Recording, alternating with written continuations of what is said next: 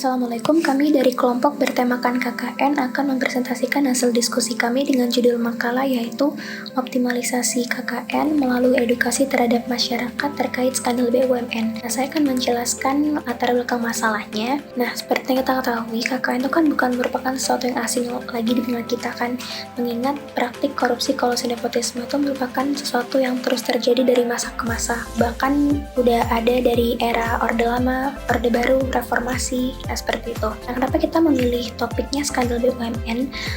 Karena topik ini tuh sangat hangat diperbincangkan pada tahun lalu. Kayak media massa itu sedang gencar-gencarnya memberitakan soal praktik KKN yang dilakukan oleh badan usaha milik negara. Pasalnya, BUMN sendiri itu memang merupakan lahan segar bagi para pencari keuntungan untuk sebagian kelompok atau bahkan diri sendiri.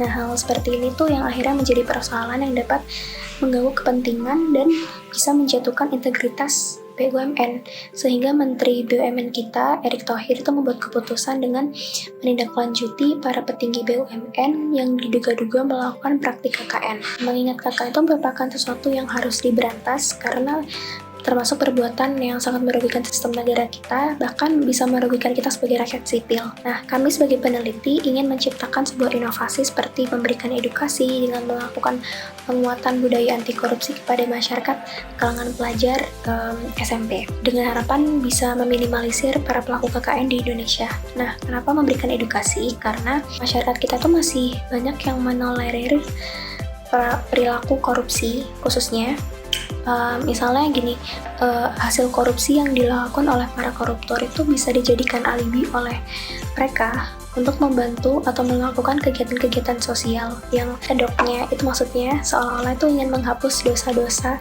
setelah mencuri uang rakyat. Nah, oleh karena itu kan masyarakat pasti mikirnya kayak, oh iya nggak apa-apa karena juga mereka melakukannya dengan kegiatan sosial gitu. Nah, itu merupakan contoh tindakan toleransi yang dilakukan masyarakat terhadap perilaku korupsi. Oleh karena itu, dilakukan penyuluhan agar para pelajar SMP itu bisa mengetahui betapa bahayanya perilaku korupsi kolusi nepotisme. Di sini saya akan menjelaskan keadaan lingkungan saat ini. Menurut Purwodarminta, korupsi berarti busuk, buruk, atau suka menerima uang sokok. Itu memakainya untuk diri sendiri maupun kepentingan-kepentingan yang lainnya. Warga Indonesia sudah tidak asing lagi dengan istilah korupsi, kolusi maupun nepotisme ini karena maraknya kasus-kasus yang terjadi di dalam negara ini. Kasus yang sedang hangat yaitu kasus yang menimpa BUMN, yaitu kekotoran yang terjadi di dalamnya. Perusahaan-perusahaan BUMN banyak yang terjerat kasus korupsi. Banyak pemimpin dari perusahaan tersebut terjaring operasi tangkap tangan yang dilakukan oleh KPK. Menurut Sekretaris Jenderal KPK pada tanggal 29 Maret 2012 mengatakan bahwa BUMN adalah area yang rawan untuk korupsi. Hal ini dibuktikan mulai dari kepemimpinan Rini Sumarno hingga Erick Thohir yang selalu mempermasalahkan KKN yang tak kunjung usai. Menurut Peter Abdullah selaku ekonom KOR Indonesia, beliau mengatakan bahwa sistem perekonomian Indonesia itu masih rusak hingga sekarang karena masih banyaknya badan-badan atau oknum-oknum yang menggunakan uang pelicin untuk mengurus segala sesuatu. Menurut Peter, seluruh pihak yang tersandung korupsi, baik yang memberikan suap maupun yang menerima suap, itu dikatakan salah, walaupun itu demi kepentingan perusahaan tersebut. Salah satunya, menurut informasi yang didapat dari kompas.com terkait skandal investasi PT Asuransi Jiwasraya Persero yang saat ini terus bergulir. Perusahaan BUMN ini mengalami gagal bayar polis kepada nasabah terkait produk investasinya, yaitu CS Saving Plan. Nilai tunggakan pada nasabahnya tidak tanggung-tanggung, mencapai 12,4 triliun rupiah. CS Saving Plan ini merupakan investasi non-unit link yang resikonya sepenuhnya ditanggung oleh perusahaan asuransi. Ada 7 bank yang menjadi agen penjual, salah satunya yaitu PT Bank Rakyat Indonesia. CS Saving Plan yang ditawarkan dengan jaminan return sebesar 9% hingga 13% sejak tahun 2013 hingga 2018 dengan metode pencairan setiap tahunnya. Nah, nilai return ini jauh lebih tinggi atau hampir 2 kali lipat daripada bunga yang ditawarkan deposito bank yang saat ini besarnya berada pada kisaran 5 hingga 7%.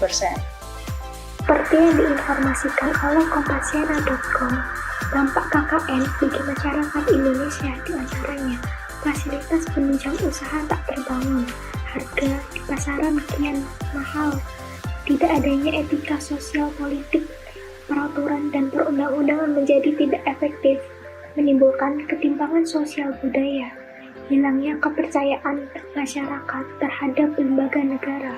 Korupsi berdampak pada menurunnya kualitas moral dan akhlak bagi generasi penerus bangsa, dapat berdampak pada kerusakan lingkungan, terjadinya gangguan pada penanaman modal, dan terbuangnya keahlian bantuan relasi. Kompasiana.com juga menginformasikan bahwa secara umum akibat korupsi, kolusi, dan nepotisme adalah merugikan negara dan merusak sendi-sendi kebersamaan serta memperlambat tujuan nasional seperti yang tercantum dalam pembukaan Undang-Undang Dasar 1945.